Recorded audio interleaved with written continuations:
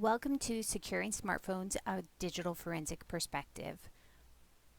My name is Amber Schroeder. I'm the CEO and founder of Paraben Corporation. Over the past 20 plus years, I've been involved in the field of digital forensics, but in being involved in that side of the investigation of digital information and digital data, it's also given me a unique perspective on the security side of things, because at the end of the day, digital forensics is doing the exact opposite of what you do in security. And so it's kind of a unique perspective to look at how we look at securing our devices at the same time as seeing what their data remnants might be that we see in digital forensics. So that's really what I'm going to focus on throughout this webinar, is really get you that perspective side of it and give you some insight into both iOS and to Android. So we have 4 areas we're going to focus on, because it's always nice to have them kind of outlined out for us. We're going to look at the hardware associated with both types of devices, the actual systems that run on these devices, the apps, which is really what people do on these devices, and some of our digital forensic conclusions and expectations that you can kind of put in place associated with them. So first, let's look at the hardware. At the end of the day, it's really important to remember whenever you talk about a smartphone that you're truly talking about an embedded system where the chips are acting as the brains of the entire device. So if we can understand that chip, we can understand a lot of what those capabilities are associated with that smart device. So let's start with Apple. So Apple's made a lot of changes through the year, and probably their most dramatic change they've done is with the Apple T2 security chip that they have now. This is found across all your different Apple products, so it's anything from the computers all the way through the smartphones. It has dedicated AES hardware, so it's got high-end encryption on it. It has a secure boot process with it, and honestly, it's a bit of a pain in the butt when it comes to looking at it from the digital forensic perspective. From the security perspective, the positive side of it is it's left your devices more secure than they probably ever have been before, because you have to understand how to exploit and decrypt the data associated with the T2 chip to really get into the meat and potatoes of what your digital information is. This has been the biggest barrier we have when it comes to iOS and their chips. This is only on the newer devices. They had different chips on some of the earlier devices, so some of the exploits and methodologies that we use in digital forensics are still compatible and able to capture more of that data. I think the biggest change that I saw in the structure of this and in some of the system structure that we're going to talk about in a little bit is really about the amount of recovered data that we were able to see from one point to the other. As we've had an evolution of both the chip and the file system or the firmware, we've seen that that recoverable data has really decreased over a period of time. And that's really not about any particular tool or anything else. That's really just what is available. One of the important things to remember as we talk about iOS and Apple throughout this webinar is that it's very restrictive on how it actually functions. So it only allows you to do things one way. There's not a lot of creativity, if you want to think of it that way, when it comes to working with these systems. And so we're kind of stuck with every person who works on it from the security or from the digital forensic side. All of us have to do it one way every time, no exceptions. And because of that, you very much get the same data with each one. So now let's talk about Android chips. So Android in general, there's a large variety of different manufacturers that you have out there, which makes it so you have a large variety of different techniques in order to be able to secure and access this data from that digital forensic side of it. Almost all of the chips out there, of course, have a secure boot process. That's been consistent through both manufacturers, both Apple and Android, because that was a very common methodology to be able to exploit the devices. So that was one of the first security holes they decided to close up, was creating that secure boot process. At the end of the day, that simply is, if it doesn't match the original boot process that was incorporated into the device, it won't allow the device to execute completely. So it has that level of security with it. With Android 6 and above, which was from quite a while ago, we have full disk encryption available to us, and we also have a unique file-based encryption. that's really kind of shifted things around on how we looked at Android, because it was always looked at as kind of the less secure version of devices. But in fact, because it has a lot more flexibility in the type of security it can implement, it's ended up being one of the more secure devices. Now, what you see for kind of your tips associated with using either of these devices is making sure when you set up the device, you set up all the security initially. It will make a difference based on the manufacturer or the OEM that implements the device and the type of chip they used on whether or not you decide to go through the full setup process instead of saying, skip, I'll set this part up later. Setting it all up in the initial installation and activation of the device, so to speak, is going to make a big difference on how secure the device is going to end up being. The next side of it to kind of consider as you're maybe picking between the different devices or making security recommendations for your clients is to pick the right device that matches for them. So there's no surprise, I'm a big Android user. I've always liked Android because it gives me a lot more flexibility and customization than what I get with Apple. And so it was all about making sure I picked the right Android for me. They're not all the same. Each manufacturer isn't going to be the same. And the first thing I look at is actually the chipset that's used to make sure that I don't have any exploits or vulnerabilities associated with that chipset that can be executed with my device and then put me at a security risk. On the other side of it, from that forensic perspective that I mentioned that we're going to talk about throughout this entire webinar, it's all about whether or not I can exploit those chipsets and in the end bypass any locks that might have been on the devices. So with a quick forensic note for you. So a lot of people are like, this tool can do everything. It's the bomb diggity of tools. It can unlock every device on the planet. That's really an unrealistic expectation. It's impossible in the world of digital forensics and in mobile forensics to be able to do that, despite what the marketing messages might say. At the end of the day, as a general rule, about 40% of your Android devices that are locked can maybe be exploited with a chip bypass. And this is not a chip off. Chip offs have really lost their moment in the sun, so to speak, where they're a viable means to be able to bypass or work through a device. Now we're really looking at it from a software perspective where the software will talk directly to the chip and it will have a different chip firmware that essentially will go through, replace the locked one, allow you access to it, and then allow you to have an image of that device. That's only going to be represented on about 40% of the devices out there. And this percentage can change often, especially at the end of the year where we're getting a lot of new exploitations that happen because we're getting all the new updates that happen. I always call it my pumpkin spice season because we get pumpkin spice flavored things and we also always get new smartphone firmwares, etc. So now let's look at the system. So we understand a little bit about some of the chips, and we know that Apple has a very secure chip and that some of the Android chips are more secure than others. So you want to make sure you're paying attention to that, which is not something you look at when you're in your telecom store buying your devices, but it's something to always consider out there. But most things you look at is the system, and this is where we start getting into more of the user capabilities and more kind of general of what you can recommend to different clients and pay attention to yourself. So for the system, the first thing you have to do is always, of course, make sure your firmware system is completely up to date. When they release new versions of it, especially after an initial release, like we have recently seen the release of iOS 14, they immediately had a patch within a week. Those are really important for probably the first 2 months after a firmware is released to make sure that you're checking back regularly to get all of those patches because they're going to have a lot of them. The next, as we follow those changes, and I say follow the changes because this is something that we do in our digital forensic lab, as we actually keep a log of what happens with each firmware change.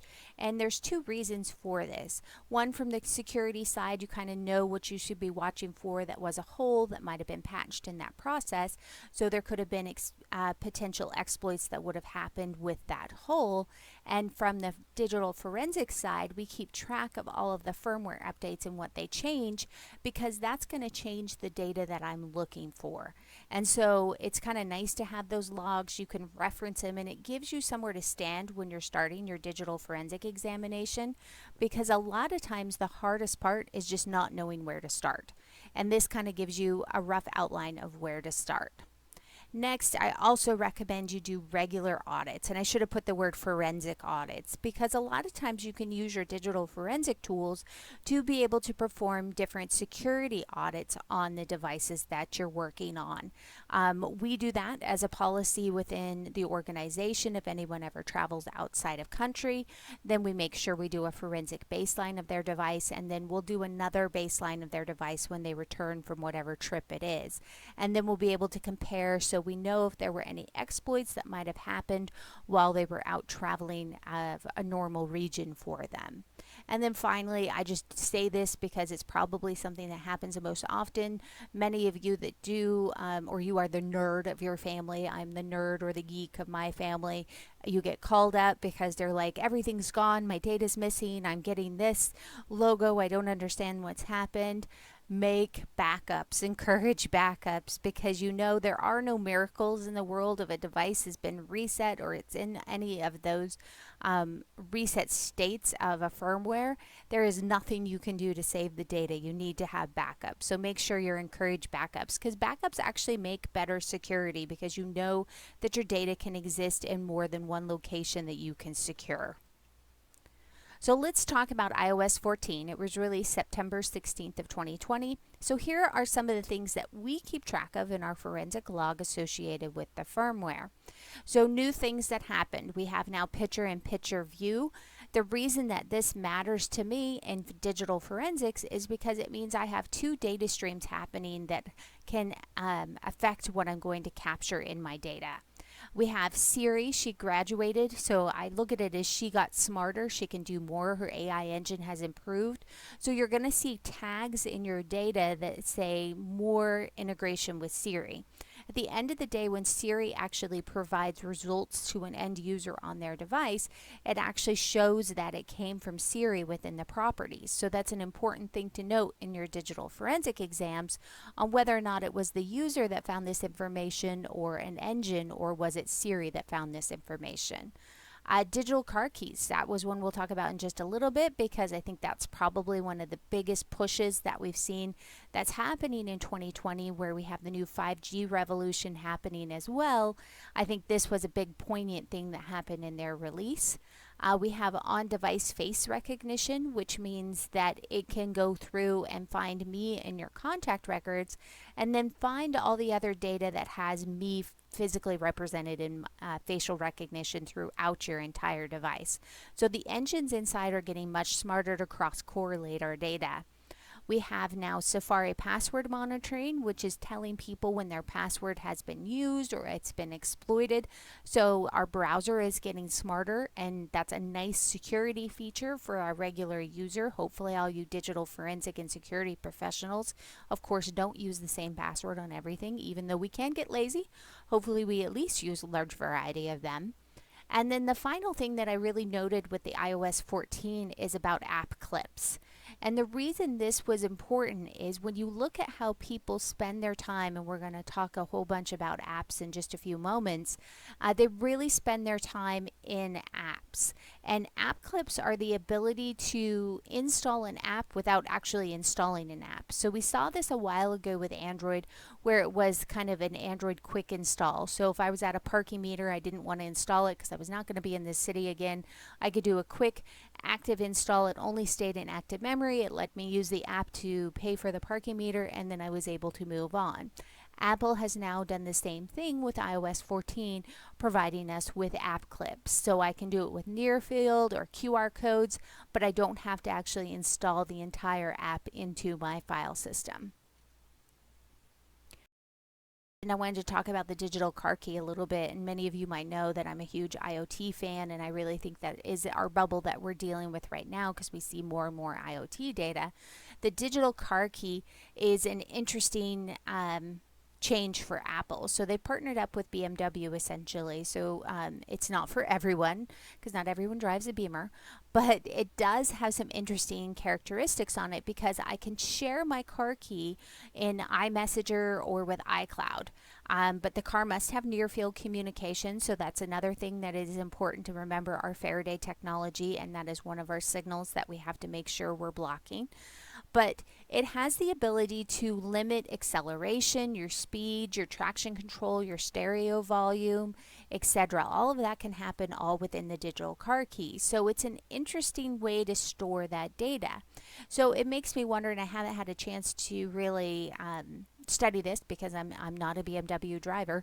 I need to find someone out there. If you have one and you're using the digital car key, please reach out to me because we need to see what kind of additional data it's storing by being linked to your car. Because if it can limit these things, in theory, the database can also store the data to these things. And this is where taking that digital forensic perspective on security really comes into play, because if it can limit it, that means it's storing it, which could make a big impact to looking at vehicle forensics from an entirely different methodology that comes from the coordinating hub or the connected device.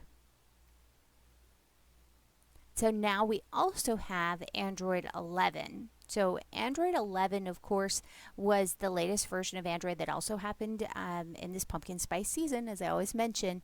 The things that have changed on here were a little different. So they are very competitive with one another because obviously they're the two only smartphone systems out there. So you're going to see a lot of features that are similar to one another, but these are some of what I paid attention to with Android 11.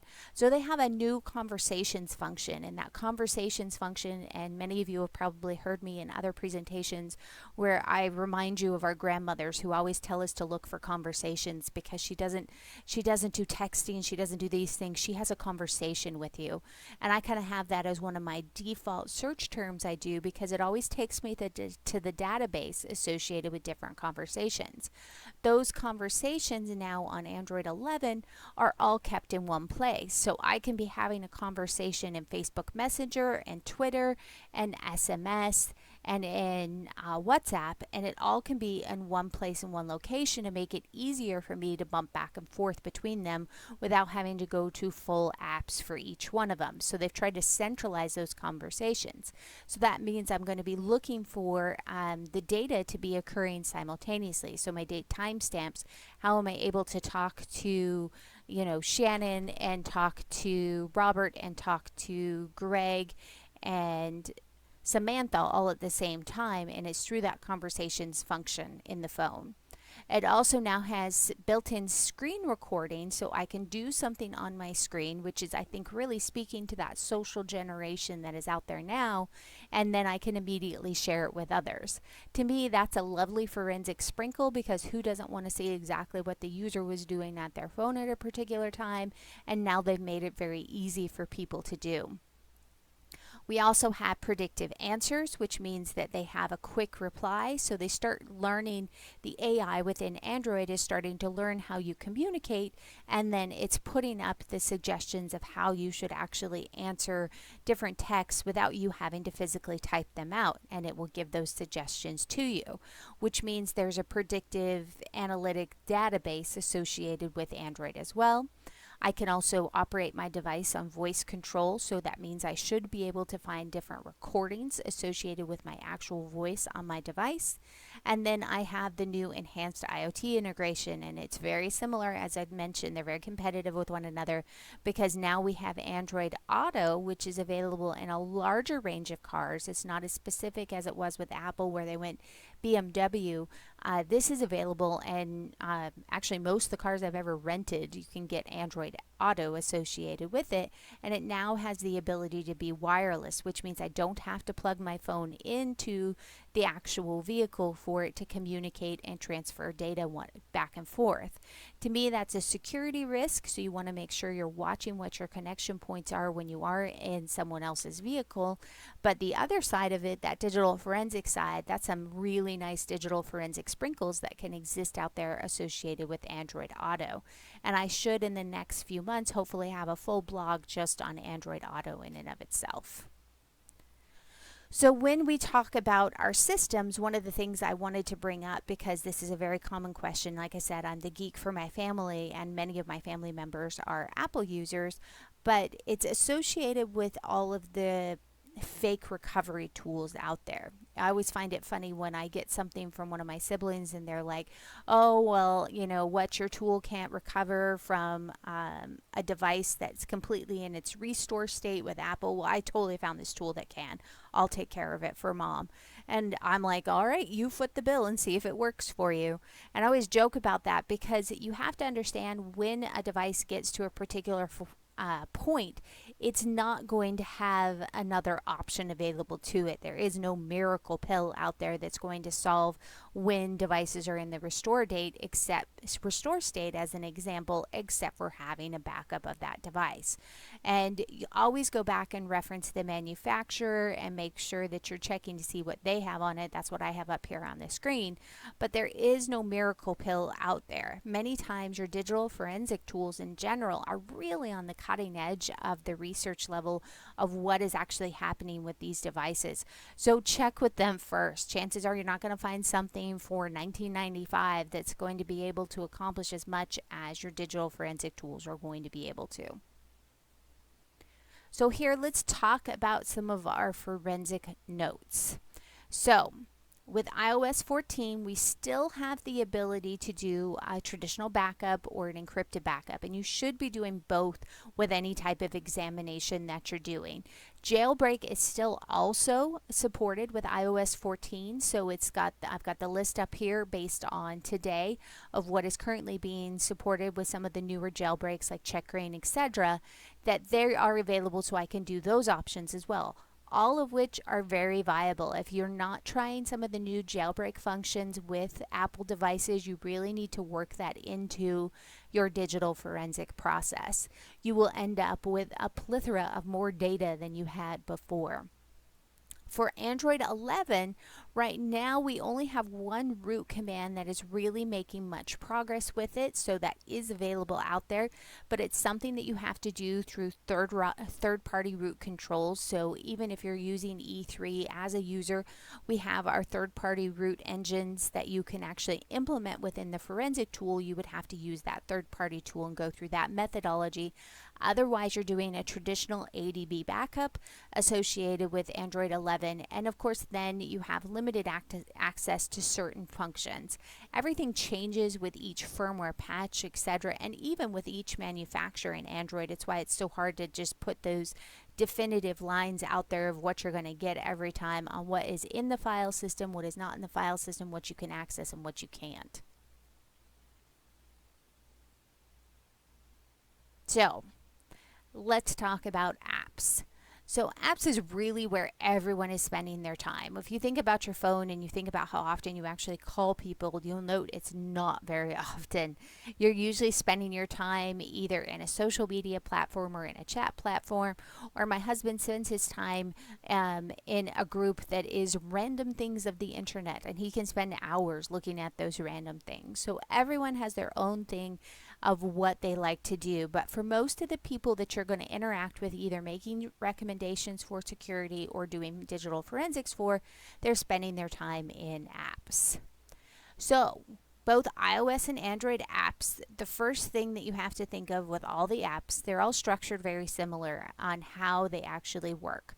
So every app is essentially sandbox. So think back to your childhood and the whole function of when you're in the sandbox, you're playing just in the sandbox with the sand, and you're not allowed to take the bucket of sand out of the box and go put it on the slide. That's not one of those options. Sandboxing of an app works very similar. It's kept within a secure area so that everything executed with that can't damage the rest of the device. Or in the case of my analogy, you can't take sand to the rest of the playground to destroy the rest of the playground. Everything associated with apps on these devices, if you have not rooted it or you have not done a jailbreak of it, are all associated with an app store. And those app stores go through a process to make sure that they are working correctly, etc. And then finally, the different permissions associated with the apps. So now that we know some of those basics and we know that we our two primary app stores are Google Play and of course the Apple App Store. So that doesn't mean they're the ends all beats all. So those are the two primary app stores that you're going to get device apps from. However, realize that there are many other apps out there. So the first rule of the app stores is realize that they don't do a full source code review. It's not like they can go through millions and billions of different apps out there and review every single one of their source code and make sure everything is peachy and keen and good to go. That's one of the reasons that you end up with malware is they can't review everything, so you don't know for sure that's what's going to be happening with every execution of an app. And then the second side of it is all the other app stores out there, and I just put a couple up there. They don't have the same restrictions as the two primary app stores do, and so you'll end up with apps that have more accessibility into the device properties and the device data because they don't have as stringent security restrictions. So that's something to think of if you are working on a security policy or just taking this for that security perspective, that the easy side of it or the easy button with it is if you go into app stores that are not the two primary. So they're not Google Play and they're not the Apple App Store, which is where all the Apple apps come from. If you want to do an Apple app that is not from that store, you have to jailbreak the device to allow outside party non-secure apps to happen. And it's funny because if you look at the battle of apps back and forth, at the end of the day, apps are all about profit for the manufacturers and what their goals are. And so they might disallow an app that's perfectly safe, but they just want to be able to incorporate that same technology themselves. So be mindful of what each one is, the decision on why it is or is not in the App Store. The next thing you have to do with all the different apps is you really have to pay attention to the permissions, because permissions is really what is allowing the data to be written back and forth between the user and the app, and where you're going to lose your biggest control when it comes to security. So I'm going to look at a couple of those and we're going to spend a bit of time on these. So in your privacy manager with Apple, it will list all of the different things in there that are associated with characteristics that might need privacy. For example, we have the microphone, and I'm going to use that as my consistent example because I think it's one of those things that you might take advantage of with your phone and you don't remember it has a microphone all the time. So for example, the microphone has access with Amazon Alexa, it has access with Facebook, so if you want to Facebook stream live, that's why it has access to your microphone. It has access with Gmail, that one should give you a little bit of cause for concern. Go to Connect, that makes sense. Instagram, again, streaming Instagram live, that makes sense. Outlook, I would wonder, why does my email have access to it? Some of these others don't make a lot of sense. Why does Spotify have access to my microphone? It's nice to see Tetris doesn't, so it's nice to know I have a game that is not deciding to take access of my microphone. Again, same with Uno and Walmart, etc. So these are things you want to watch for as to why. And obviously you can control some of those characteristics, but always go in and check things in the privacy manager and what it's accessing of the device primary controls. You can do this with the microphone, the camera, etc., to make sure it is a logical reason why. If you then want to go through and say, hey, Gmail, I don't want you to access my microphone, I'm going to turn it off, and Gmail needs access to the microphone, it's going to prompt you for that access, and at least you're going to find out the reason why.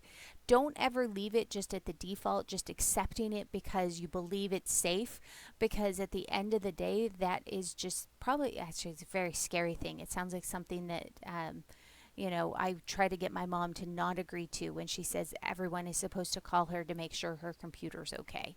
It's the same thing. Don't just trust the app that says it should have access to everything because it tells you so. Read what it says on the screen because it's required to put that in when it submits itself as an app.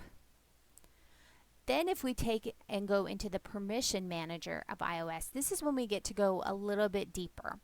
So these are the things that it's watching for. So this is the City mobile app, but I just chose this as an example.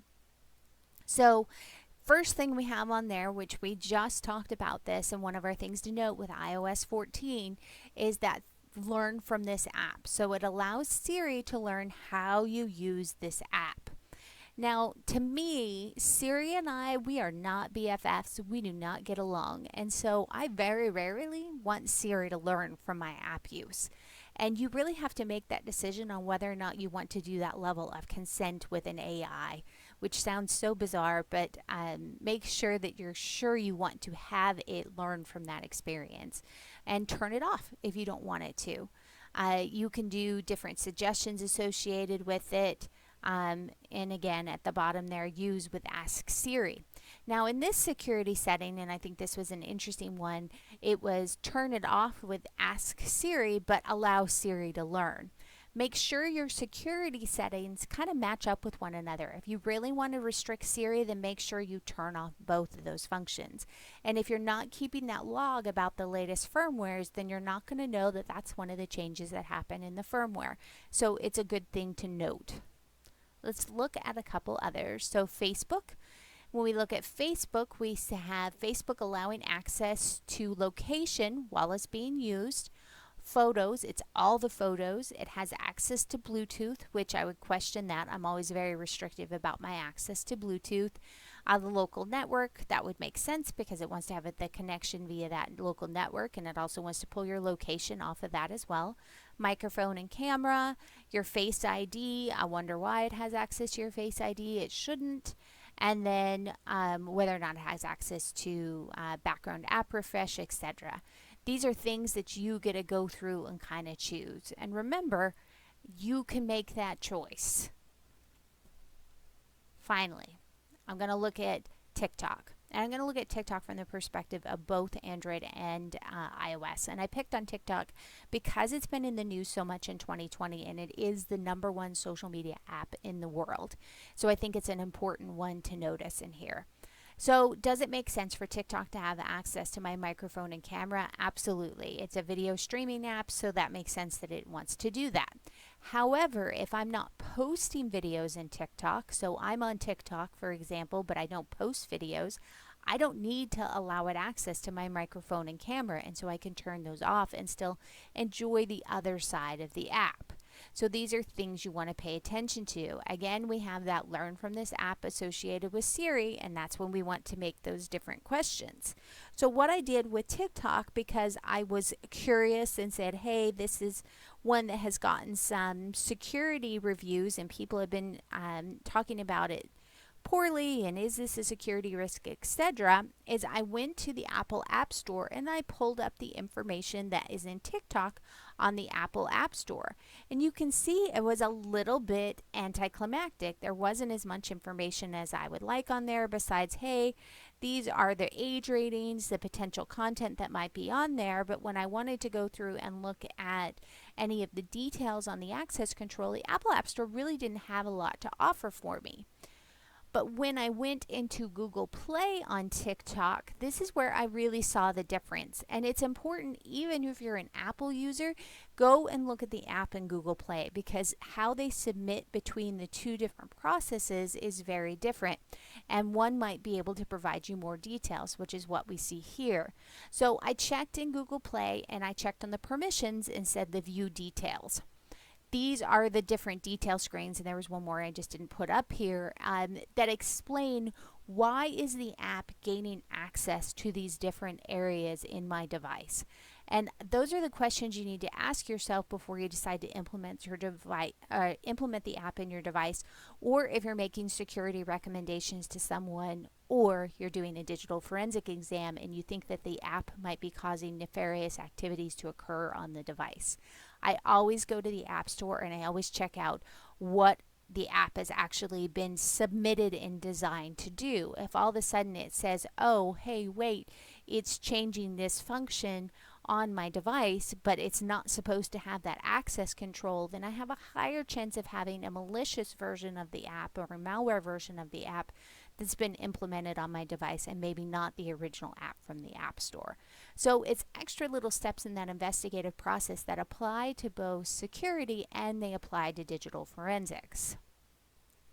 Here's what our permission manager looks like within Android, and I do like it a little better because I see, like on this one, you see on my contacts, I have 7 out of 20 apps that are allowed to access my contacts. I have 4 out of 16 that are allowed to access location. 16 of them wanted access to my location, but I only allowed 4 of them. Same on the microphone, I have 4 out of 12, so on and so forth. So I like that it kind of gives me a security summary, so to speak, associated with my apps, so I found that to be advantageous. So on my microphone, I have allowed all the time Google, and that makes sense because I'm using Google Maps, so I can do my hello, hello Alexa, and she can work in there, or hi Google, and then have it map for me. I have only allowed when it's in use, which is my camera. So if I'm recording video, it can then use the microphone associated with it. Messages, again, so I can dictate to it. And of course, my phone, it makes sense I would want to have the microphone. But note that the denied options, I don't feel Chrome needs to have access to my microphone. I don't feel Daydream Keyboard needs access to my microphone. These are things that I chose that I've made the adjustments to. But it's really important that I've gone through and made my granular security settings associated with it. If I were to look at this data in digital forensics, I would be able to see whether or not I have allowed or not allowed this access as well, because this is part of the properties when you do an acquisition and you review the apps. So here is your example, and all of my screenshots in here that I'm doing from the digital forensic perspective are all out of the E3 platform that Paraben makes. But you'll see that I have my list of apps here. I have what market source it came from. These came from the Play Market. I have some malware permissions, but if I kept going across the screen, I only pulled up a couple of these, but you'll see that it has a 1 or a 0 for a yes access or no access, and then it has all the different properties that you can have for an app. So it really allows me to kind of deep dive into whether or not this app is where the data is coming from, or is there a potential exploit on my device happening because of the app on it. The other thing I mentioned earlier was about the audit and control of your devices. And this is how we do it when we're looking at it inside Paraben. A lot of us, I know this is Shannon's favorite feature. It's one of my favorite features as well. It's been very helpful to me in doing digital forensics, and it's even more helpful in when I've been doing security evaluations. So this is what we did when we have any of our staff leave country and then they come back in off of a trip, is we will baseline their phone, and then when it comes back, we will run it again, and we'll see things that have changed in it. So my example screenshot I have up here is messages. That makes sense that messages would change. I received messages when they were outside a country, and then that area has changed. If I keep diving down into there, I can get all the way through the file system. It can tell me when different bits have changed, when different properties have changed. I've used this on the digital forensic side where I'm the primary evidence custodian, so I have my baseline image. The other side has decided to image the phone as well, and then they return it back to me. I will go through and I will image the device again to make sure that they haven't made any changes into the device. And I've had it where people have added contacts into the address book, to removed photos, and they just assume that I'm not going to notice because there were 30,000 photos. They don't realize I'm doing this type of technology in the comparison that will very quickly tell me, hey, you just took out, you know, these 10 photos. Why did you take them out? Because they were in the original image. But you're taking that new perspective on it where you're either going to look at it from a security audit perspective, like I've given that example, or from that digital forensic perspective, so you can determine if the other party in an investigation has actually changed any of your data. This is something I just like to bring up to remind everyone. So in both types of devices, there are accessibility controls, which make it so that if you have any type of disability that you need special things done on your device to make it easier to use, you can do those types of things. This is one of the holes that a lot of different malware will end up using to infiltrate into the device. So it's important to make sure you go in and check these settings and make sure they match with the use of your device. And the reason for that is the accessibility controls have a lot of access into both systems, both Android and iOS file systems. And so it's really important to make sure that these are set appropriate again, and they are not just left wide open. It's something you might not have noticed on your device, but it is something to pay attention to. So when you look at devices, and let's say it is a locked device, or you're having, it's at a point that you're like, nothing else is working for me, don't forget some of the value of just mounting the device up within Windows. So this is an example for you of an iPad that it was locked. I couldn't get anything else out of it, but I plug it in, I mount it in Windows, and I can still process it over as a media device, so I'm able to see at least the pictures and the videos that might have been shot on the device. The same thing can happen over with Android. The difference is you're going to get different USB settings that are allowing it or not allowing it onto the device. So I can transfer files, I can tether it, I can look at it as a connected device. So typically, you're going to make different choices based on whether or not you're doing forensics versus just kind of randomly perusing the device for security. But do know that that simple functionality can really give you a perspective on the device. So you'll see on my particular device, I have a media card and I have phone storage. And between the two of them, I have about 35 gigs of data between the two of them. So our key data in digital forensics, this is just as a nice little thing to pay attention to. Typically you're looking for things based on the type of imaging you're getting, but these are kind of my checklists. So you want to make sure you're looking from a security perspective always at your Apple keychain data, which is going to have your Wi-Fi access points, passwords, web logins you might have done. I'm going to look at the app data. I'm going to look at what available recovered data there is. And like I said, that's really trended very differently through the years and the changes in the firmwares. You should primarily always have access to the standard data you're going to see back and forth with like contacts, SMS, call logs. That's pretty normal. You're going to see that with both iOS and Android.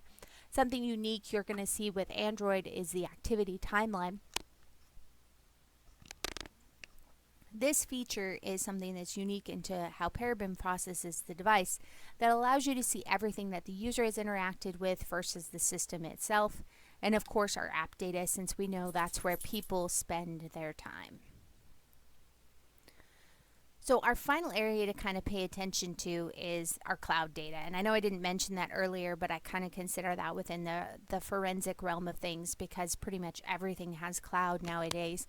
But remember to watch for unique tokens that exist. So we call it authentication data within the E3 system.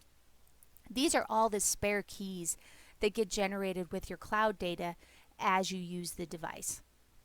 Those spare keys can be collected, and as you can see here, all the tokens associated with different cloud accounts can be displayed for you.